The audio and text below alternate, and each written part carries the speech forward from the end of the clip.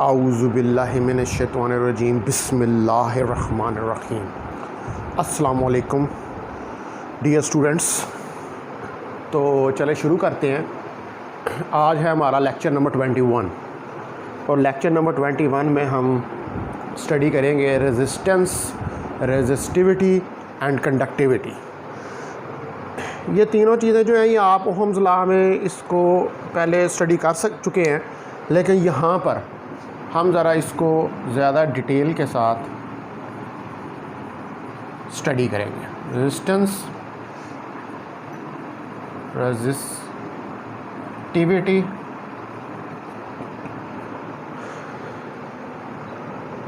And conductivity.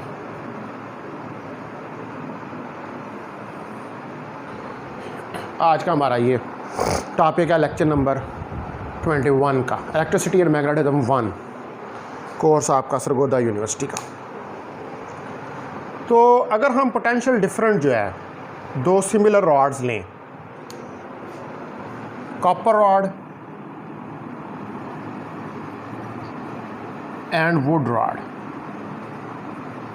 दो हमारे पास rods हैं, सिमिलर रॉड्स हैं, एक वुड की है एक कॉपर की है, तो इसमें से जो करंट गुजरेगी उसका रिज़ल्ट बड़ा डिफरेंट होगा दोनों में से।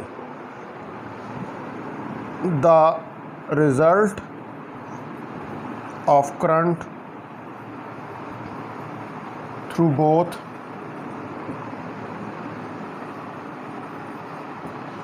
Will be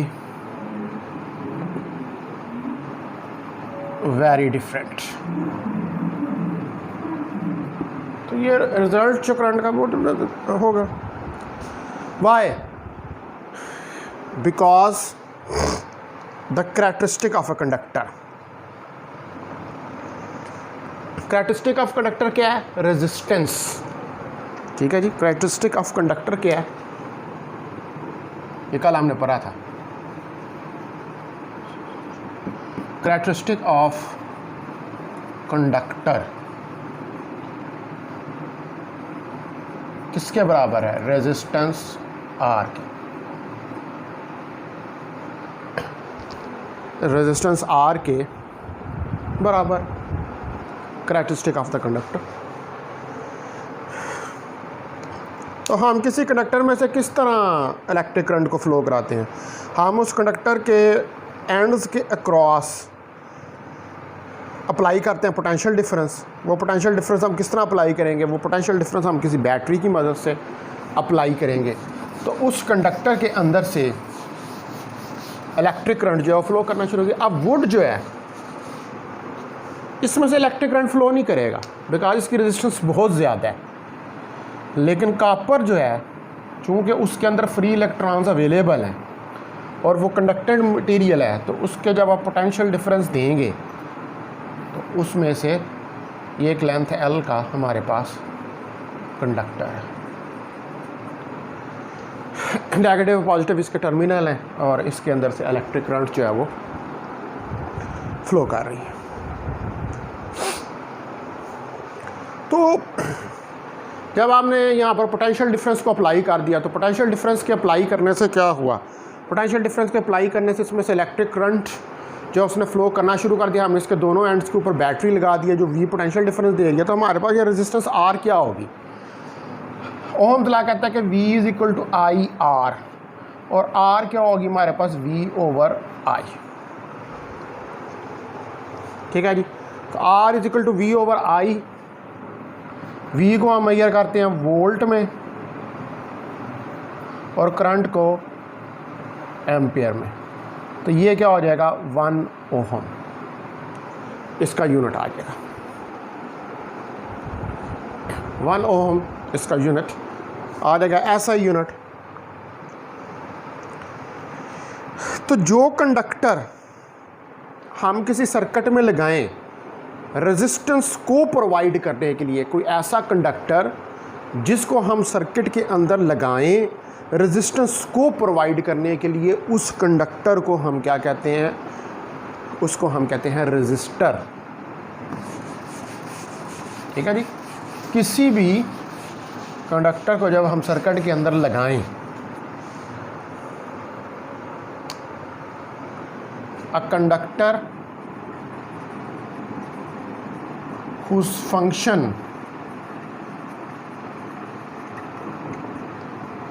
in the circuit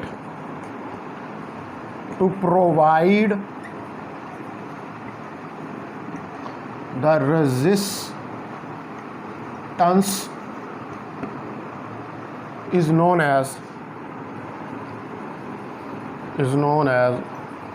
resistor।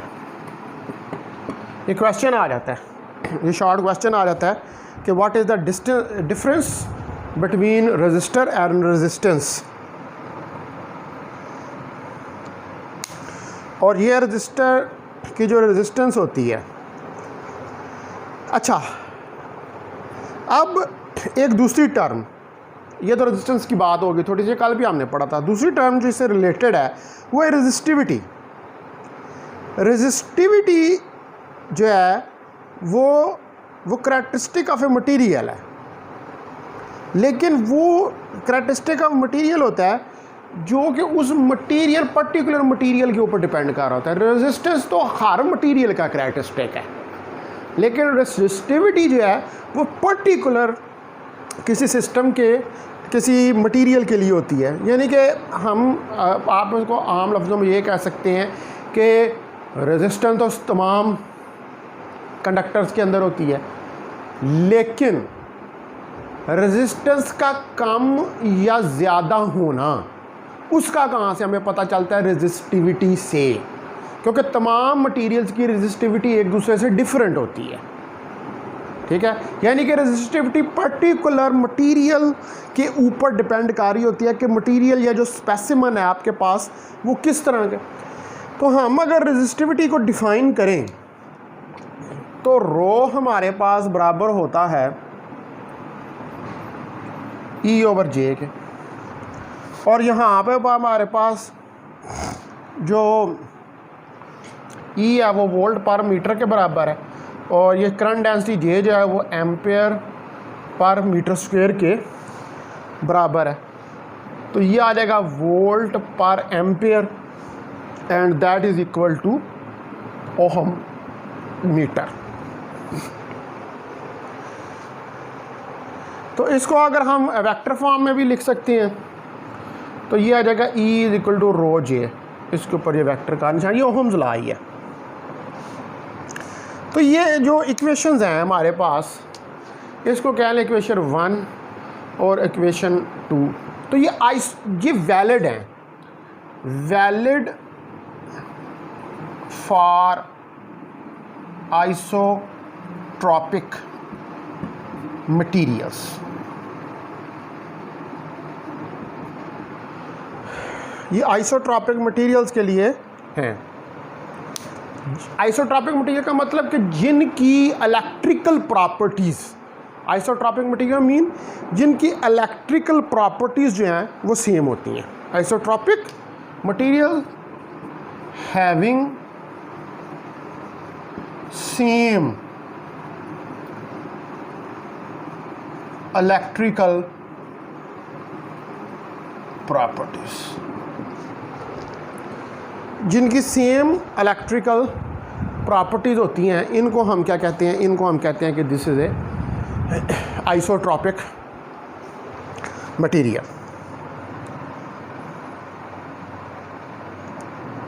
कुछ मटेरियल्स होते हैं जिनको हम ये कहते हैं कि ये कंडक्टर्स नहीं है, तो उनको हम क्या नाम दे देते हैं? इंसुलेटर का।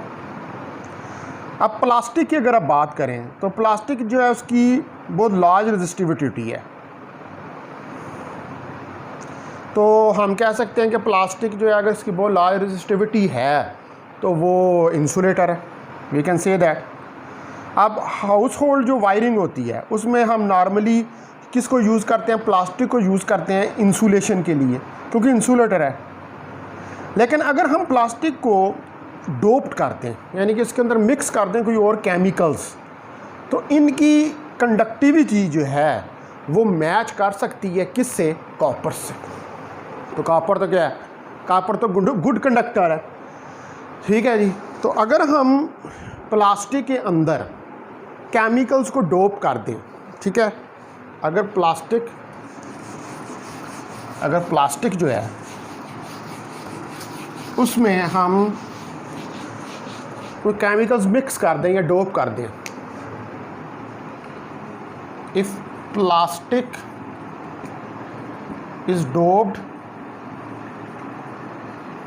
with chemicals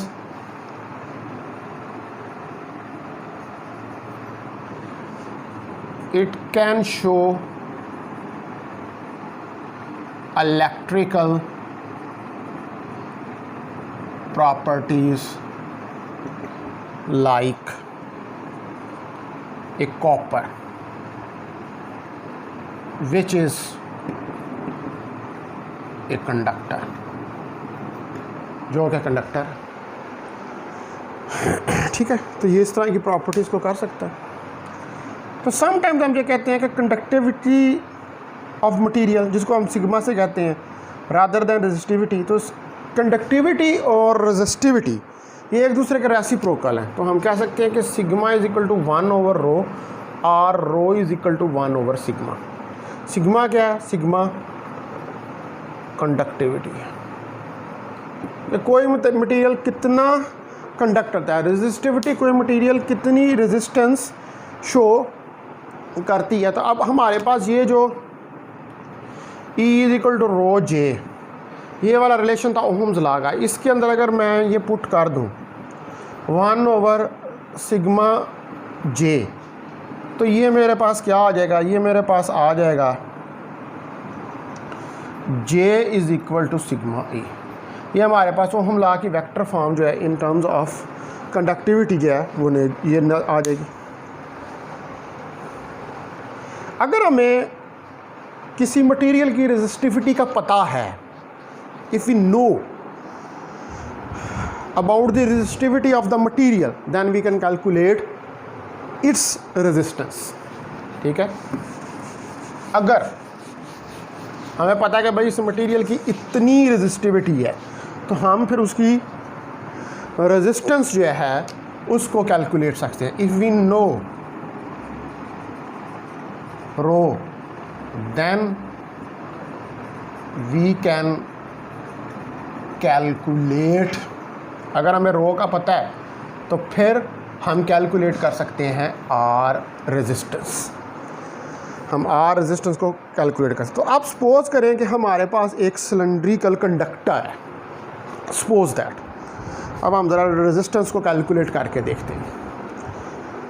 सपोज करें कि हमारे पास एक ये सिलेंड्रिकल कंडक्टर है जिसकी लेंथ L जिसकी लेंथ है, और A इसका एरिया ऑफ क्रॉस सेक्शन। इसमें से करंट आई गुजर रही है और इसके एंड्स के ऊपर हमने पोटेंशियल डिफरेंस जो है वो अप्लाई किया हुआ। इसमें से आई करंट पास कर, ठीक है, इसके एंड्स के ऊपर ये वी हमने यहाँ पर कोई पोटेंशियल डिफरेंस, यानी कि कोई बैटरी लगाई हुई है, कोई पोटेंशियल डिफरेंस जो है वो अप्लाई किया हुआ है।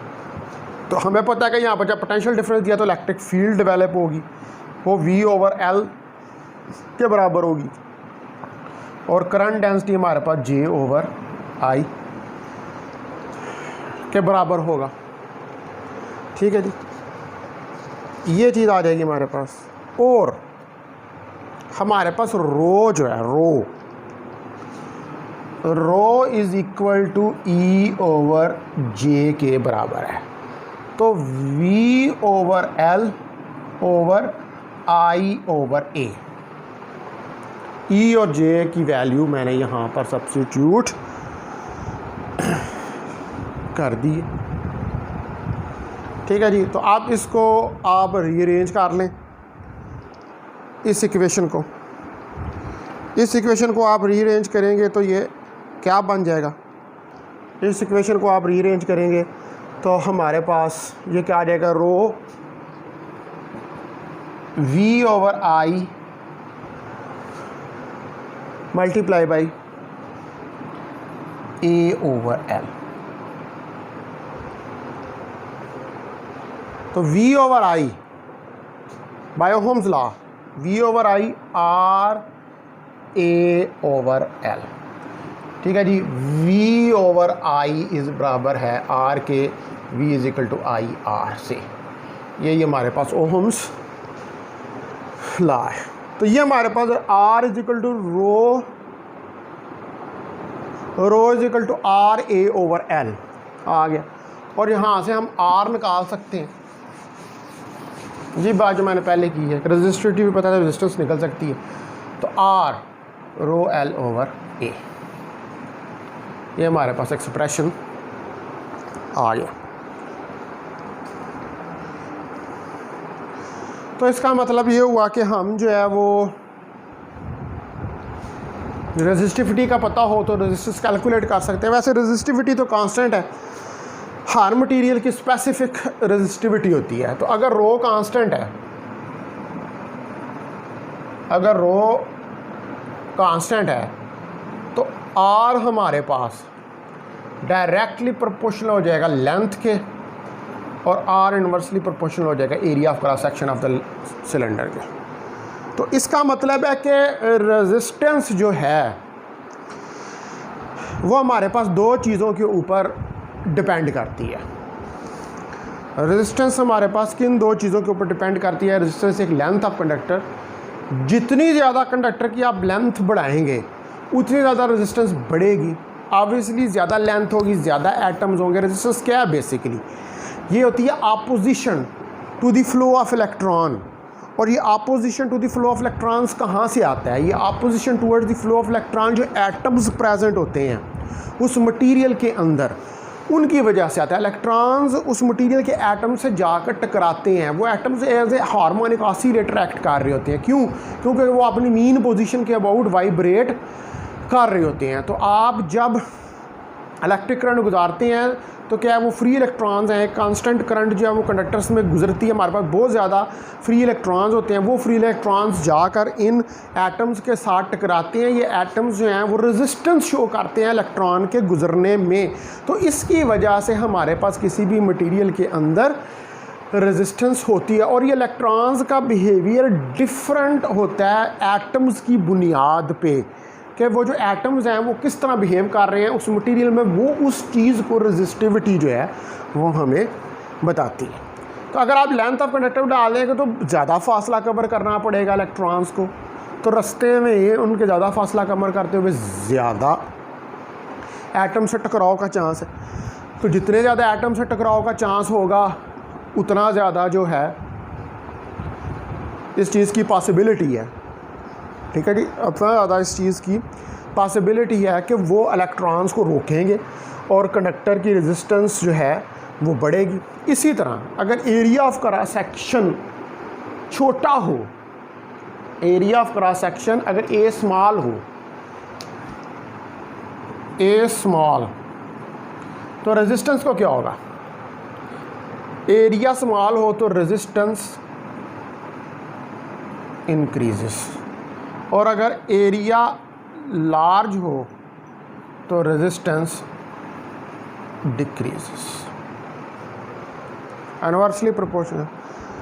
तो जितना भी बड़ा एरिया ऑफ क्रॉस सेक्शन होगा उसमें स्पेस ज़्यादा होगी, ज़्यादा एटम्स होंगे, और इलेक्ट्रॉन्स के कोलिजन्स की प्रोबेबिलिटी उन एटम्स के साथ कम हो जाएगी। समझ रहे हैं ना बात? इलेक्ट्रॉन्स के कोलिजन्स की प्रोबेबिलिटी उन एटम्स के साथ कम हो जाएगी, और वो जितना बड़ा एरिया होगा उसमें से इलेक्ट्रॉन ज़्यादा आसानी से गुजर सकते हैं। तो इसलिए रेजिस्टेंस जो है वो डिक्रीज़ होगी। लेकिन अगर small area of cross section होगा तो small area of cross section के अंदर जो एटम्स हैं वो बहुत एक दूसरे के करीब होंगे, तो वो इलेक्ट्रॉन्स को आगे जाने की ज़्यादा इजाज़त नहीं देंगे। ठीक है जी, तो ज़्यादा इलेक्ट्रॉन्स को वो आगे बार बार इलेक्ट्रॉन्स के वो एटम्स के साथ कोलिजन होंगे, उनके रास्ते के अंदर जो है वो बार बार जो है वो इलेक्ट्रॉन्स आएंगे, क्योंकि एरिया ऑफ क्रॉस सेक्शन जो है वो स्मॉल है। ठीक है जी, तो वो बार बार आपस में कोलाइड करेंगे, तो जिसकी वजह से रेजिस्टेंस जो है वो बढ़ जाएगी। इसका मतलब है कि अगर length of conductor are directly proportional to length of conductor बढ़ेगी, रेजिस्टेंस बढ़ेगी। कंडक्टर की लेंथ कम कर दें तो रेजिस्टेंस कम हो जाएगी। जब लेंथ कम होगी तो थोड़ा फासला इलेक्ट्रॉन्स को कवर करना पड़ेगा। आर इंक्रीज़ करेगा अगर ए स्मॉल होगा, छोटा क्रॉस सेक्शनल एरिया होगा, ज़्यादा एटम्स होंगे, कोलिजन की प्रोबेबिलिटी बढ़ जाएगी, रेजिस्टेंस बढ़ जाएगी। एरिया लार्ज होगा, कोलिजन की प्रोबेबिलिटी कम हो जाएगी और रेजिस्टेंस डिक्रीज़ हो जाएगी। ठीक है डियर स्टूडेंट्स, तो ये अब आपको मैंने बहुत अपनी तरफ से तो कोशिश करके इसको एक्सप्लेन कर दी है। अब कल जो है लेक्चर नंबर 22 में मैं इक्वेशन ऑफ कंटिन्यूटी जो है उसको डिस्कस करूँगा। तो एज़ मैंने आपसे प्रॉमिस किया हुआ है कि मैं एक ही टॉपिक जो है वो रोज़ का पढ़ाऊँगा, तो लिहाजा मैं यहाँ पर इसको लेक्चर को आज एंड कर रहा हूँ।